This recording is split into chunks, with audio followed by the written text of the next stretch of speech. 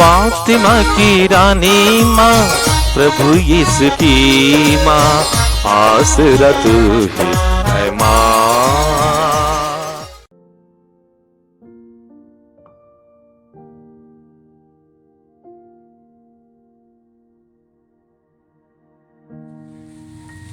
पहला पाठ प्रेरित चरित अध्याय 13 पद संख्याएं 13 से 25 तक। पौलुस और उसके साथी नाव से चलकर पाफोस और पंफिलिया के पेरजे पहुँचे। वहाँ यूहन्ना ने उन्हें छोड़ दिया और वह यरूशलेम लौटा। पौलुस और बरनबास पेरजे से आगे बढ़कर पिसिदिया के अंताकिया पहुँचे। वे विश्राम के दिन सभागृह में जाकर बैठ गए। संहिता तथा नबियों का पाठ समाप्त हो जाने पर सभागृह के अधिकारियों ने उन्हें यह कहला भेजा, भाइयों, यदि आप प्रवचन के रूप में जनता से कुछ कहना चाहे तो कहिए। इस पर पौलुस खड़ा हो गया और हाथ से उन्हें चुप करने का संकेत कर बोला, इस्राएली भाइयों और ईश्वर भक्त सज्जनों, सुनिए।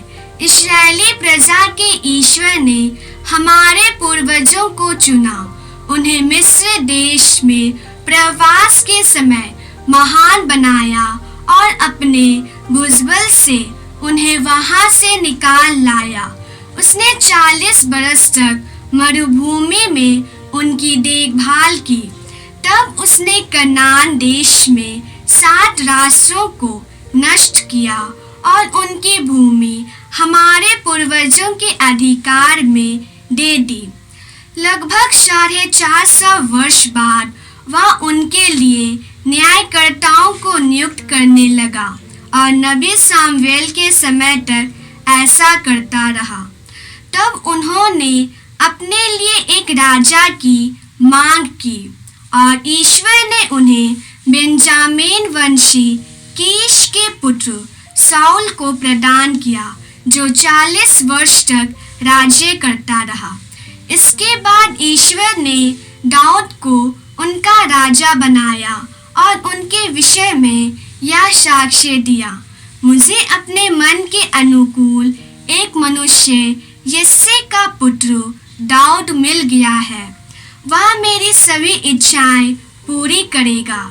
ईश्वर ने अपनी प्रतिज्ञा के अनुसार उन्हें दाऊद के वंश में इस्राएल के लिए एक मुक्तिदाता अर्थात यीशु को उत्पन्न किया है। उनके आगमन से पहले अग्रदूत यूहन्ना ने इस्राएल की सारी प्रजा को पश्चाताप के बपतिस्मा का उपदेश दिया था। अपना जीवन कार्य पूरा करते समय यूहन्ना ने कहा, तुम लोग मुझे जो समझते हो मैं वह नहीं हूँ, किंतु देखो मेरे बाद वह आने वाले हैं जिनके चरणों के जूते खोलने योग्य भी मैं नहीं हूँ। यह प्रभु की वाणी है। ईश्वर को धन्यवाद। भजन अनुवाक्य। हे प्रभु, मैं सदा ही तेरी कृपा का गीत गाता रहूंगा। हे प्रभु, मैं सदा ही तेरी कृपा का गीत गाता रहूंगा। हे प्रभु, मैं सदा ही तेरी कृपा का गीत गाता रहूंगा। मैं पीढ़ी दर पीढ़ी तेरी सत्य प्रतिज्ञता घोषित करता रहूंगा। तूने कहा, मेरी कृपा सदा ही बनी रहेगी। मेरी सत्य प्रतिज्ञता आकाश की तरह चिरस्थायी है। भजन अनुवाक्य। हे प्रभु, मैं सदा ही तेरी कृपा का गीत गाता रहूंगा। हे प्रभु, मैं सदा ही तेरी कृपा का गीत गाता रहूंगा। मैंने अपने सेवक दाऊद को चुनकर अपने पवित्र तेल से उसका अभिषेक किया। मेरा हाथ उसे संभालता रहेगा और मेरा बाहुबल उसे शक्ति प्रदान करेगा। अनुवाद किए। हे प्रभु, मैं सदा ही तेरी कृपा का गीत गाता रहूंगा। हे प्रभु, मैं सदा ही तेरी कृपा का गीत गाता रहूंगा। मेरी सत्य प्रतिज्ञता और मेरी कृपा उसका साथ देती रहेगी। मेरे नाम के कारण उसकी शक्ति बढ़ती जाएगी। वह मुझसे कहेगा, तू ही मेरा पिता, मेरा ईश्वर और मेरा उद्धारक है। अनुवाद के, हे प्रभु, मैं सदा ही तेरी कृपा का गीत गाता रहूंगा। हे प्रभु, मैं सदा ही तेरी कृपा का गीत गाता रहूंगा। जय घोष, हालेलुया। हे यीशु मसीह, आप विश्वसनीय साक्षी और मृतकों में से पहला उठे हैं। आपने हमें प्यार किया और अपने रक्त से हमें पाप से मुक्त किया है। हालेलुया। प्रभु आप लोगों के साथ हो और आपकी आत्मा के साथ। संत यूहन्ना के अनुसार पवित्र सुसमाचार। हे प्रभु, तेरी महिमा हो। अध्याय 13 पद संख्याएं 16 से 20 तक। शिष्यों के पैर धोने के बाद यीशु ने उनसे कहा, मैं तुमसे कहे देता हूँ, सेवक अपने स्वामी से बड़ा नहीं होता और न भेजा हुआ उससे जिसने उसे भेजा है। यदि तुम ये बातें समझकर इनके अनुसार आचरण करोगे तो धन्य होगे। यह मैं तुम सबों के विषय में नहीं कह रहा हूँ। मैं जानता हूँ कि मैंने किन किन लोगों को चुना है, परंतु यह इसलिए हुआ कि धर्म ग्रंथ का यह कथन पूरा हो जाए, जो मेरी रोटी खाता है उसने मुझे लंगी मारी है। अब मैं तुम्हें पहले ही यह बताता हूँ, जिससे ऐसा हो जाने पर तुम विश्वास करो कि मैं वही हूँ। मैं तुमसे कहे देता हूँ, जो मेरे भेजे हुए का स्वागत करता है वह मेरा स्वागत करता है, और जो मेरा स्वागत करता है वह उसका स्वागत करता है जिसने मुझे भेजा है। यह प्रभु का सुसमाचार है। हे ख्रीस्त, तेरी स्तुति हो। क्रीस में प्यारे भाई बहनों, आज का पहला पाठ हम लोगों ने प्रेरित चरित्र से सुना। वहां पर पौलुस अंताकिया के सभागृह में जाकर के यहूदियों को प्रवचन देते हैं। इस प्रवचन में उन्होंने यहूदियों के इतिहास के बारे में बताया। जैसे आज हम लोग सुनेंगे, इस इतिहास का मुख्य पात्र यहूदी लोग नहीं हैं बल्कि ईश्वर है।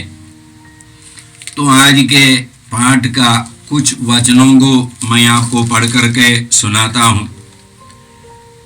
प्रेरित चरित्र 13वां अध्याय के 17वां वाक्य। इस्राएली प्रजा के ईश्वर ने हमारे पूर्वजों को चुना, उन्हें मिस्र देश में प्रवास के समय महान बनाया और वह अपने बाहुबल से उन्हें वहां से निकाल लाया। तो ईश्वर ने इस्राएली लोगों को चुना, मिस्र देश में ईश्वर ने उनको महान बनाया और मिस्र देश से ईश्वर ने ही उनको निकाल करके लाया। और आगे हम लोग पढ़ते हैं 18वां वाक्य में, उसने 40 बरस तक मरुभूमि में उनकी देखभाल की। ईश्वर ने उनकी देखभाल की। इसके बाद उसने कानान देश में 7 राष्ट्रों को नष्ट किया और उनकी भूमि हमारे पूर्वजों के अधिकार में दे दी।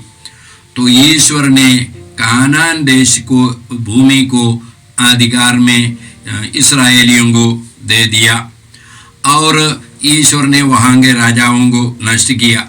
आगे हम लोग पढ़ते हैं, ईश्वर ने दाऊद को नियुक्त किया राजा के रूप में, और ईश्वर ने दाऊद को यह प्रतिज्ञा भी की थी कि मुक्तिदाता का आगमन उनके वंश में होगा, और उसके अनुसार यीशु का जन्म हुआ।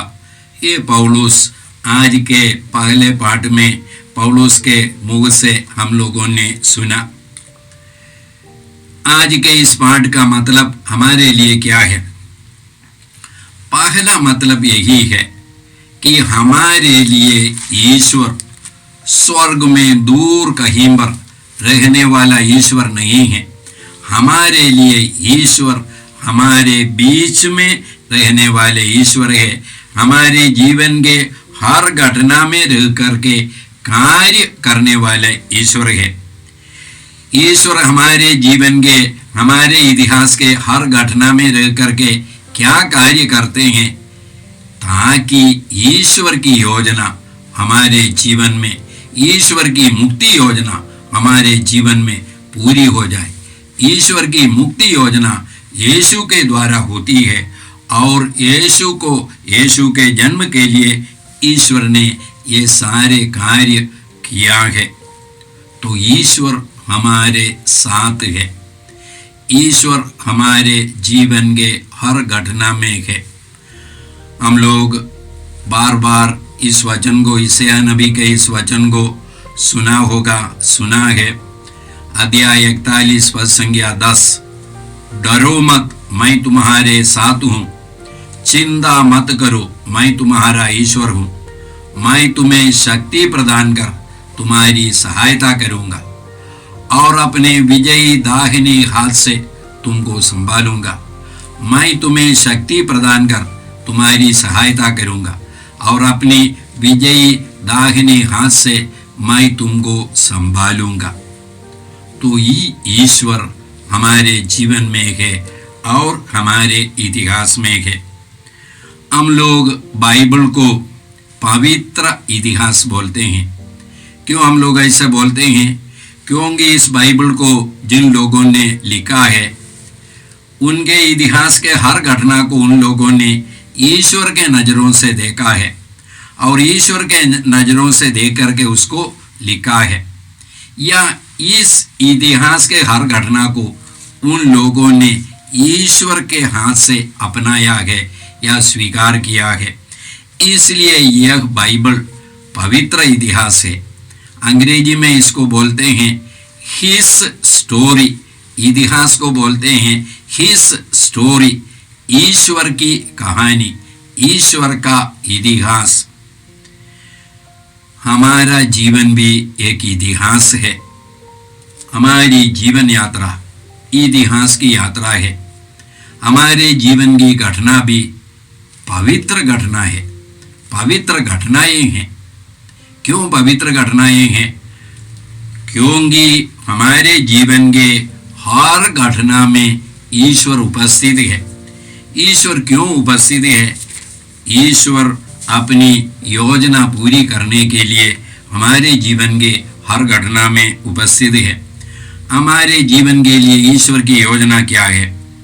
रोमियों के नाम पत्र 8वां अध्याय के 28वां वाक्य से मैं पढ़ करके सुनाता हूँ।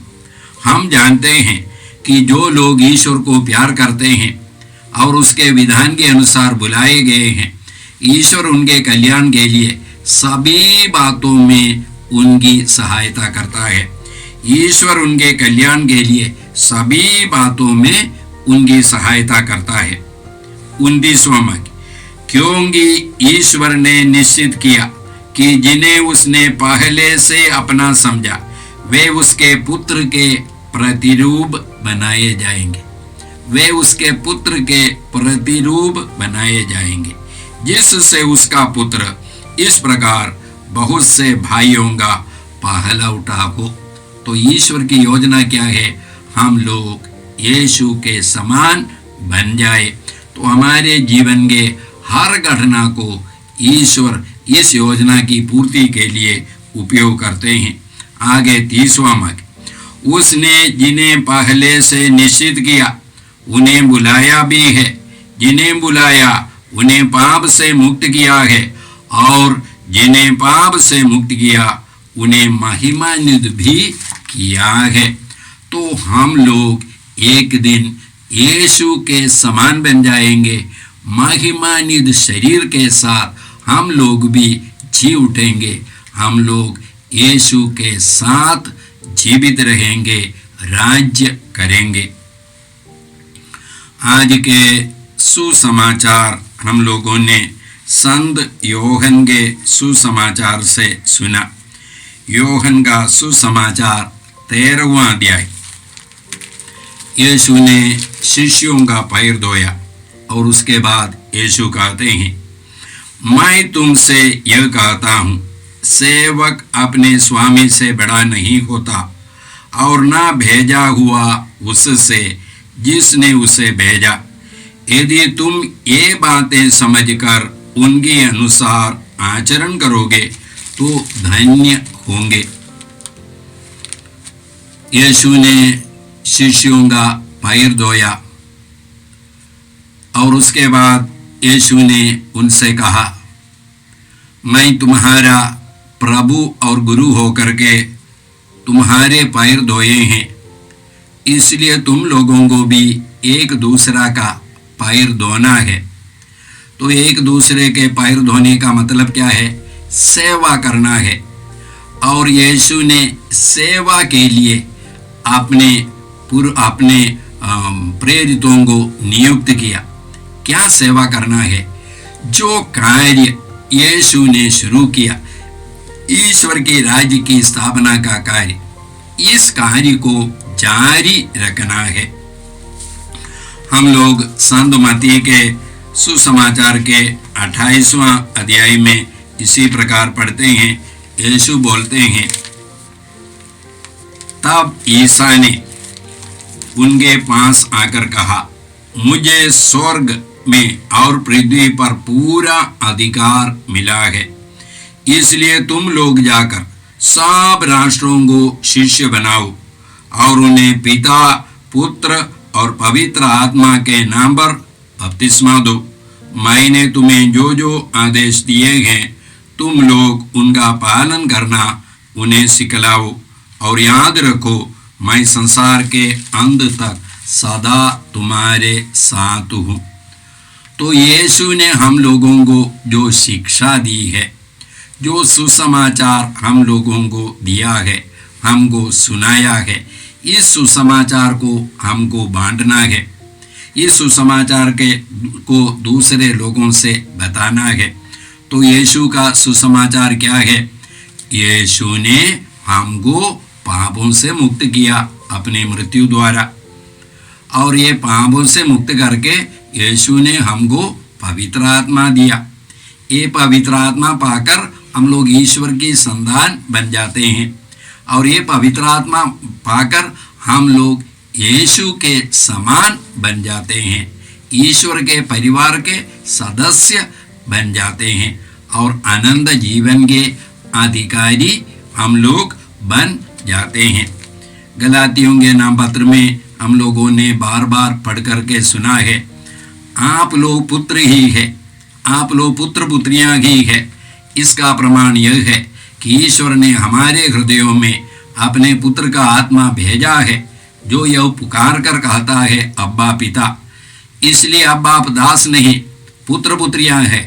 पुत्र पुत्रियां होने के नाते आप ईश्वर की कृपा से विरासत के अधिकारी है। पुत्र पुत्रियां होने के नाते आप ईश्वर की कृपा से विरासत के अधिकारी है। ये समझ को, ये विश्वास को, ये अनुभव को हमको दूसरों को बांटना है। इसके लिए ईश्वर ने शिष्यों को नियुक्त किया, इसके लिए ईश्वर हम लोगों को भी नियुक्त करते हैं और किया है। तो हम लोग प्रभु से ये कृपा मांगते हैं कि यीशु ने जो जिम्मेवारी हमको दिया है, इस सुसमाचार के बांटने की जिम्मेवारी, साक्ष्य बनने की जिम्मेवारी, ये हम लोग अपने जीवन में पूरा कर सके। और उसके बाद आज के सुसमाचार में हम लोगों ने यह भी सुना, यीशु यूदस के विश्वासघात के बारे में संकेत देते हैं। कई लोग ये सवाल करते हुए मैंने सुना है कि यदि यीशु जानते थे कि यूदस विश्वासघात करेंगे, क्यों यीशु ने यूदस को चुना है? मेरा उत्तर इसी प्रकार है, यदि मैं अपने जीवन में देखूंगा, मैंने भी पाप किया है। ईश्वर जानते थे मैं पाप करूंगा। ईश्वर जानते थे आप पाप करेंगे, इस दुनिया के हर व्यक्ति पाप करेंगे, फिर भी ईश्वर ने हम लोगों को जीवन दिया। ये जानकारी के बावजूद भी ईश्वर ने हम लोगों को जीवन दिया, इसलिए हमको ईश्वर को धन्यवाद देना है। ईश्वर इसलिए हमको जीवन दिया है ताकि हम लोग ये पाप को छोड़ दे, पश्चाताप करें। हमको ईश्वर पश्चाताप करने का अवसर भी देता है। ईश्वर ने यूदस को पश्चाताप करने का अवसर कई बार दिया, लेकिन उसने पश्चाताप नहीं किया। हम लोगों को ईश्वर पश्चाताप करने का अवसर देते हैं। ईश्वर केवल देते हैं, कभी लेते नहीं। ईश्वर अपने फायदा के लिए हम लोगों को नहीं बनाया, हमें बनाने से उनको कोई फायदा नहीं, कोई महत्व या महिमा नहीं है, बल्कि हम लोगों को आशीर्वाद देने के लिए, हम लोगों को महिमान्वित करने के लिए ईश्वर ने हमें बनाया है। और इसलिए हम लोग पश्चाताप करके, यीशु में विश्वास करके, यीशु की आत्मा से आत्मा को प्राप्त करके ईश्वर की संतान बनाने के लिए ईश्वर हमको प्रतिदिन हर घटना के द्वारा निमंत्रण देते हैं। तो भाई और बहनों, हम लोग प्रार्थना करते हैं। हे परमपिता ईश्वर, तेरी मुक्ति योजना के लिए हम धन्यवाद देते हैं। इस मुक्ति योजना को जानने, विश्वास करने की कृपा तूने हमें दी है, इसके लिए हम धन्यवाद देते हैं। इस मुक्ति योजना को अन्य लोगों के बीच में बांटने के लिए हमें कृपा और पवित्र आत्मा का अभिषेक दीजिए। ये प्रार्थना हम करते हैं प्रभु क्रिस्त के द्वारा, आमीन। जय यीशु क्रिस्त में प्रिय भाई और बहनों, प्रभु यीशु ने हमें आदेश दिया है संसार के कोने कोने में जाकर सारी सृष्टि को सुसमाचार सुनाओ। सुसमाचार सुनने के लिए और सुनाने के लिए एक अच्छा मौका है।